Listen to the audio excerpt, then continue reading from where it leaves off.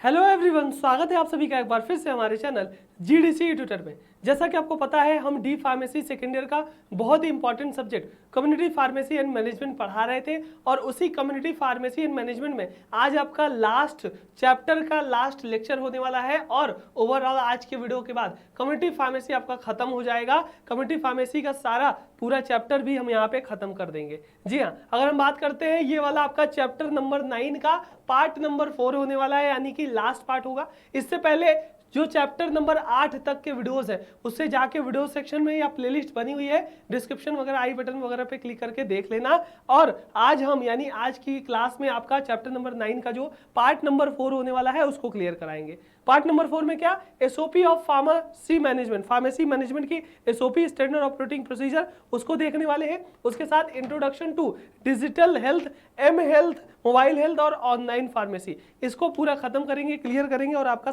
सारा डाउट भी क्लियर करेंगे। क्लियर है? इससे पहले अगर हम बात करते हैं, ये चैप्टर नंबर 9 ही था क्योंकि नंबरिंग मिस्टेक है, तो उसके बाद ध्यान दीजिएगा।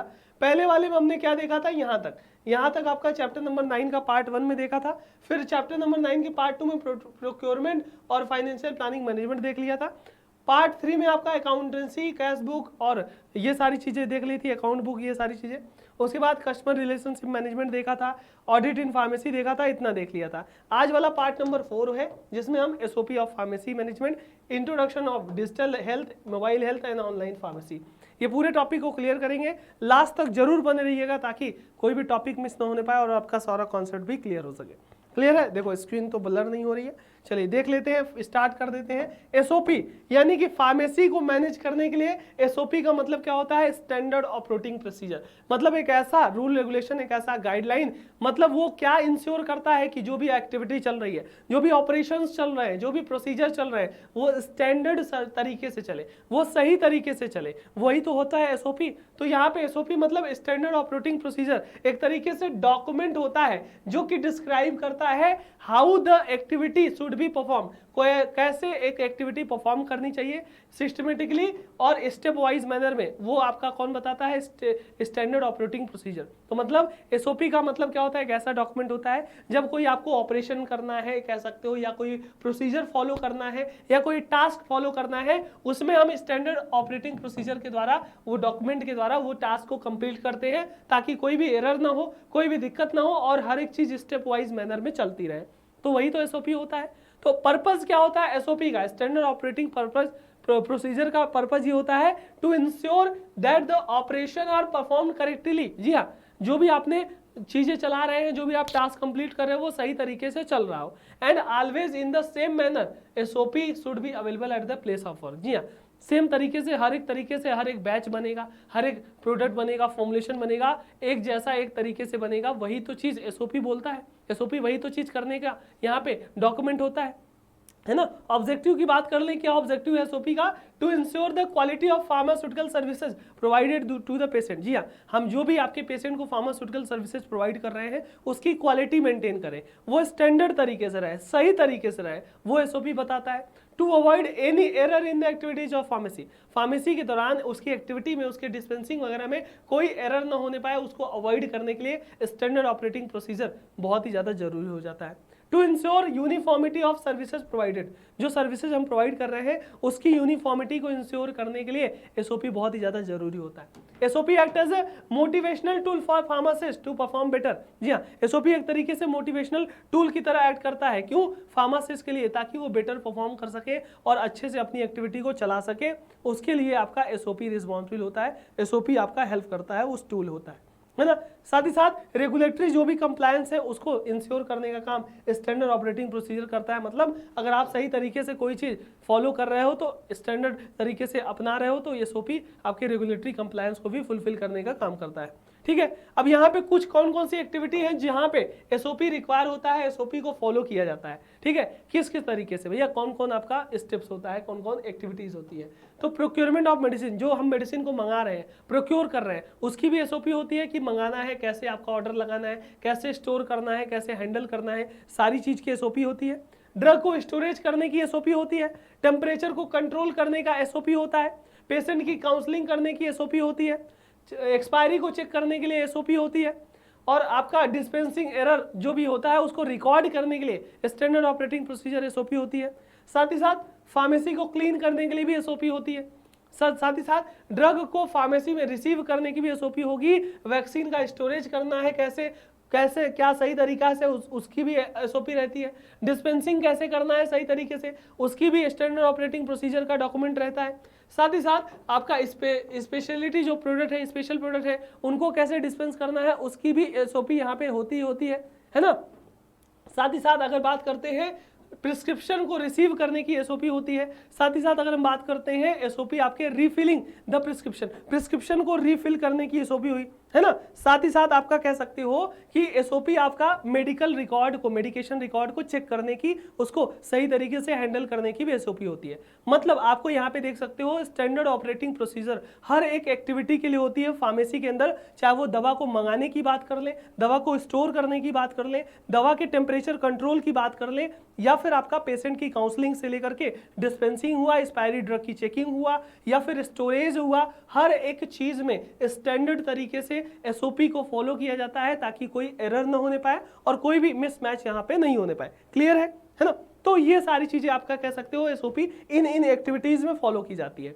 समझ में आया, इन एक्टिविटीज में एसओपी को फॉलो किया जाता है। क्या हुआ, तो आपका एसओपी ऑफ फार्मेसी मैनेजमेंट, ठीक है। ऑब्जेक्टिव देख लिया और आपका एक्टिविटीज किसके द्वारा एसओपी फॉलो की जाती है, ठीक है। अब चलिए इंट्रोडक्शन टू डिजिटल हेल्थ। जी हाँ, डिजिटल हेल्थ क्या होता है वो भी सिलेबस में था ना, ये देखेंगे। बेनिफिट क्या होता है डिजिटल हेल्थ का, ये देखेंगे।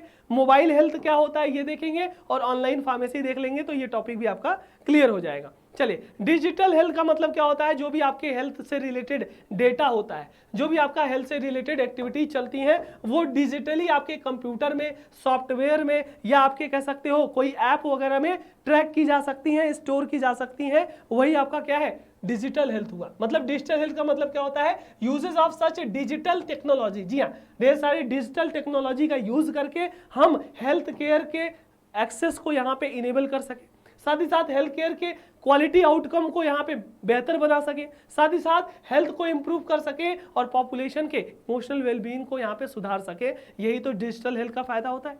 और डिजिटल हेल्थ टूल आपका पोटेंशियल रखती है to improve our ability to accurately diagnose and treat disease. जी हाँ, अगर डिजिटली आप ऐप वगैरह से मॉनिटर कर रहे हो, सारी चीज़ें रिकॉर्ड वगैरह मेंटेन कर रहे हो, तो सही तरीके से आपकी डायग्नोसिस भी होगी, ट्रीटमेंट का डिजीज वगैरह का ट्रीटमेंट भी अच्छा होगा, पूरा रिकॉर्ड भी मेंटेन रहेगा, हेल्थ केयर की डिलीवरी अच्छी होगी। हर एक इंडिविजुअल के लिए डिजिटल हेल्थ बहुत ज़्यादा जरूरी स्टेप हो जाता है ना। तो ब्रॉड स्कोप का होता है डिजिटल हेल्थ का, यानी कि include the category such as mobile health, M health, यानी मोबाइल से आपका पूरा डेटा ट्रैक हो रहा है। Health information technology, IT technology का यूज करके डिजिटली हेल्थ को मॉनिटर किया जा रहा है। वियरेबल जो डिवाइसेस वगैरह होती है ना, SpO2 को मापने के लिए जो घड़ी, बैंड वगैरह पहनते हो, तो वो डिजिटल ही तो है, डिजिटली आपके हेल्थ के रिकॉर्ड को मॉनिटर कर रहा है। टेली हेल्थ मतलब टेलीफोन से आपके, या टेली मेडिसिन, टेलीफोन वगैरह से परामर्श ले लिया, हेल्थ को मेंटेन किया, जो ऑनलाइन सलाह वगैरह देते हैं, परामर्श देते हैं, वो सारी चीज़ें भी तो डिजिटल हेल्थ के अंतर्गत आती है। पर्सनलाइज्ड मेडिसिन वगैरह को यहाँ पे सजेस्ट करना ऑनलाइन, है ना। तो ये सब चीज़ डिजिटल हेल्थ के अंतर्गत आती है। अब ये डिजिटल हेल्थ का फायदा क्या होता है, क्या बेनिफिट होता है डिजिटल हेल्थ का, तो सबसे पहली बात अगर बात करते हैं, डिजीज को प्रिवेंट करने का काम करता है। हेल्थ केयर के कॉस्ट को आप घर बैठे बैठे सलाह ले लिए, डॉक्टर से आपने पूरे परामर्श ले लिया, घर बैठे ही सारी चीज़ें कर ली, और मेडिसिन वो जो लिखे आप खरीद लिए, ऑनलाइन मंगा लिए, तो ये तो आपका समय बचा रहा है, डिजीज का प्रिवेंशन भी कर रहा है, हेल्थ केयर कॉस्ट कम कर रहा है। तो कॉस्ट भी कम लग रहा है, और आपका कह सकते हो क्या लग रहा है, कॉस्ट के साथ साथ सिंपली आपका डिजीज का भी सारी चीज़ें यहाँ पे कंप्लीट हो रही है। तो ये कह सकते हो पहला बेनिफिट हो गया डिजिटल हेल्थ केयर यहाँ पे टेक्नोलॉजी का। फिर उसके बाद बात करते हैं help patient to monitor and manage chronic disease condition. जितने भी क्रोनिक डिजीज कंडीशन है उसको मॉनिटर करने के लिए, मैनेज करने के लिए सिंपली डिजिटल हेल्थ बहुत ही ज़्यादा जरूरी हो जाता है। और जो हेल्थ केयर प्रोवाइडेड है ना, वो एक्सटेंसिवली आपका पेशेंट के हेल्थ को, उनका हेल्थ डेटा वहाँ पे स्टोर हो सकता है। पेशेंट को आप पे उनमें ग्रेटर कंट्रोल होगा, डेली रिमाइंडर भेज सकते हैं, कैसे क्या दवा खानी है, क्या टेस्टिंग कराना है, वो रिमाइंडर आपके ऐप में भेजा जा सकता है। तो यहाँ डिजिटल हेल्थ बहुत ज़रूरी होता है। साथ ही साथ एफिशिएंसी और मेडिकेशन का यानी आउटकम अच्छा होता है, यानी सही तरीके से आप सही समय पे मेडिसिन खा रहे हो तो आउटकम भी अच्छा होगा। साथ ही साथ एक्यूरेट डायग्नोसिस और ट्रीटमेंट ऑफ डिजीज भी सही तरीके से होगी। और हेल्थ केयर डिलीवरी, जब हम इंडिविजुअल को कोई भी ट्रीटमेंट दे रहे हैं तो वो उनके लिए बेनिफिशियल होगा। साथ ही साथ आपका इंफॉर्मेशन का एक्सेस बढ़ेगा, स्मार्टफोन में बढ़ेगा, सोशल नेटवर्किंग साइट पे, इंटरनेट एप्लीकेशन पे, जो भी ऐप वगैरह होते हैं उसमें आपका पूरा डेटा रहेगा, पूरा उसी हिसाब से डायग्नोसिस, उसी हिसाब से सारी चीज़ें यहाँ पे फुलफिल करके हेल्थ केयर को आपको प्रोवाइड किया जा रहा है। तो मतलब आप कह सकते हो ना कि जो डिजिटल हेल्थ हुआ उसका बेनिफिट बहुत हुआ, चाहे वो आपका कह सकते हो ऐप के थ्रू आपके डेटा को यहाँ पे मैनेज करने का, या आपके ट्रीटमेंट प्लान को डिजाइन करने का, डायग्नोस करने का, परामर्श लेने का, हर जगह आपका डिजिटल हेल्थ बहुत ही जरूरी होता है। उसी डिजिटल हेल्थ में आपका टॉपिक सिलेबस में देखे थे ना, एम हेल्थ का मतलब क्या होता है? Mobile health. अब मोबाइल में बहुत से ऐप होते हैं जो कि आपके डेली ब्लड शुगर को माप लिए, तो उसमें टेस्टिंग करके सारी चीज़ें होता है ना कि पेन ड्राइव से लगा करके आप देख सकते हो।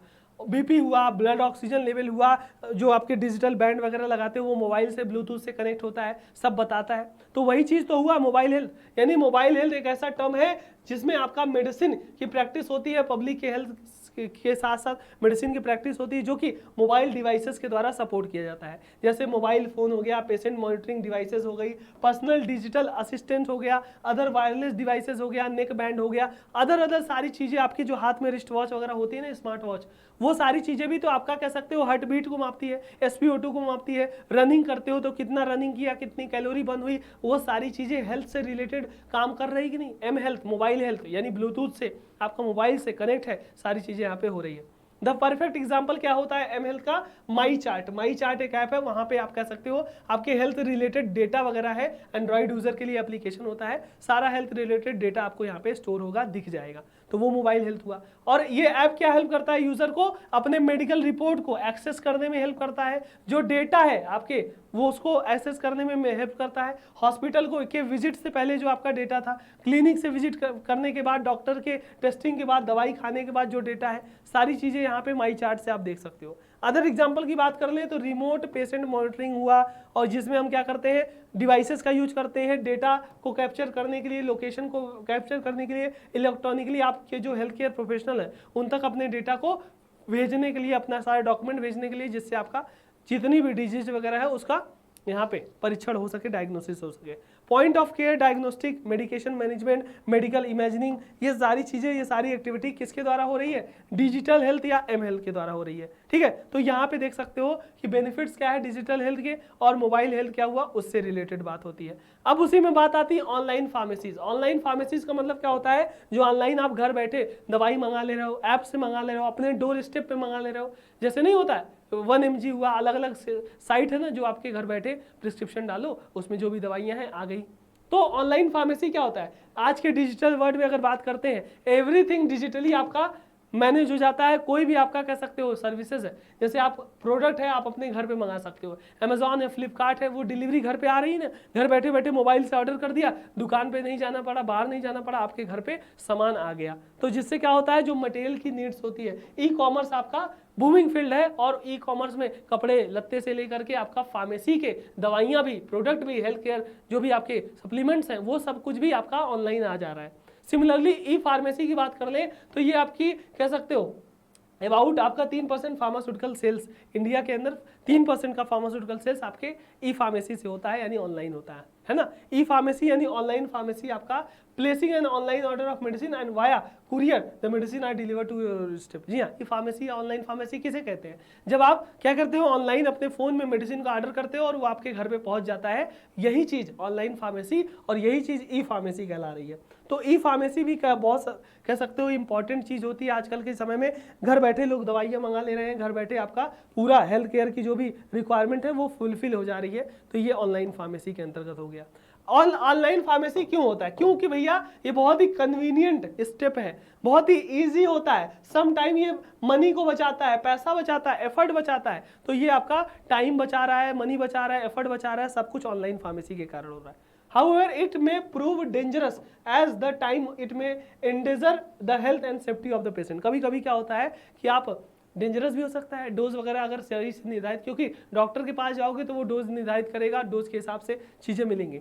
ऐसे अगर आप खुद से मंगा रहे हो कोई दवाई नेट से देख करके, तो वो आपका उल्टा पुल्टा आप लोगे तो दिक्कत होगी कि नहीं, है ना। तो वहाँ पे दिक्कत हो सकती है और वहाँ पे समस्या देखने को मिल सकती है।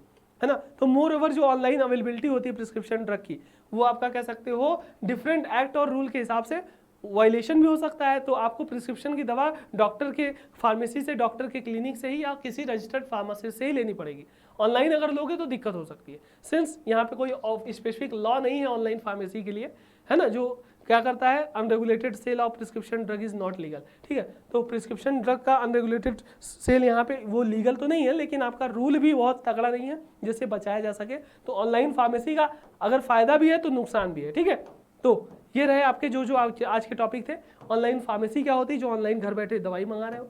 एम हेल्थ मतलब मोबाइल में जो आपका ऐप वगैरह होता है, माई चार्ट वगैरह होता है, उसमें अपने सभी डेटा को आप रिसीव कर सकते हो, इसमें ये चीज़ लिख सकते हो। डिजिटल हेल्थ का मतलब वही डिजिटली आप कंप्यूटर वगैरह डेटा वगैरह के साथ कैसे हेल्थ को मॉनिटर कर रहे हो। और साथ ही साथ स्टैंडर्ड ऑपरेटिंग प्रोसीजर SOP क्या होता है फार्मेसी को मैनेज करने के लिए, वो हुआ उसका ऑब्जेक्टिव, हुआ उसका कैटेगरीज हो गया। इतना टॉपिक था और इसी टॉपिक यानी चैप्टर नंबर 9 के पार्ट नंबर 4 में आपने SOP of pharmacy management, digital health, M health, online pharmacy को देख लिया, ये खत्म कर लिया। पार्ट नंबर 3 में हमने अकाउंटिंग ये सारा देखा था, day book, cash book. Part number 2 में आपका प्रोक्योरमेंट ऑफ इन्वेंट्री और फाइनेंशियल मैनेजमेंट प्लानिंग ये देखा था पार्ट नंबर 2 में। पार्ट नंबर 1 में ये देख लिया था।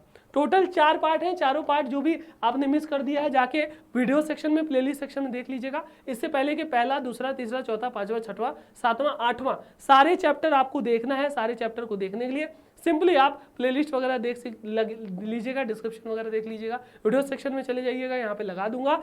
और भी जितने भी D pharmacy first year second year के सब्जेक्ट देखने हैं सब प्लेलिस्ट में मिल जाएगा, वीडियो सेक्शन में मिल जाएगा। उम्मीद होगी ये वाला टॉपिक आपका खत्म हो गया होगा। आज हमारा कम्युनिटी फार्मेसी भी खत्म हो गया। थ्रू आउट जितना पहले चैप्टर से 9वें चैप्टर तक आप रिवाइज कीजिएगा, अच्छे से पढ़िएगा। उम्मीद होगी सारा टॉपिक भी क्लियर होगा आपका। इसी तरीके से पढ़ाई करते रहिए, अपना और अपनों का ख्याल रखिए। Thank you so much. मिलते हैं किसी अगले सब्जेक्ट के अगले वीडियो में, तब तक के लिए धन्यवाद। All the very best.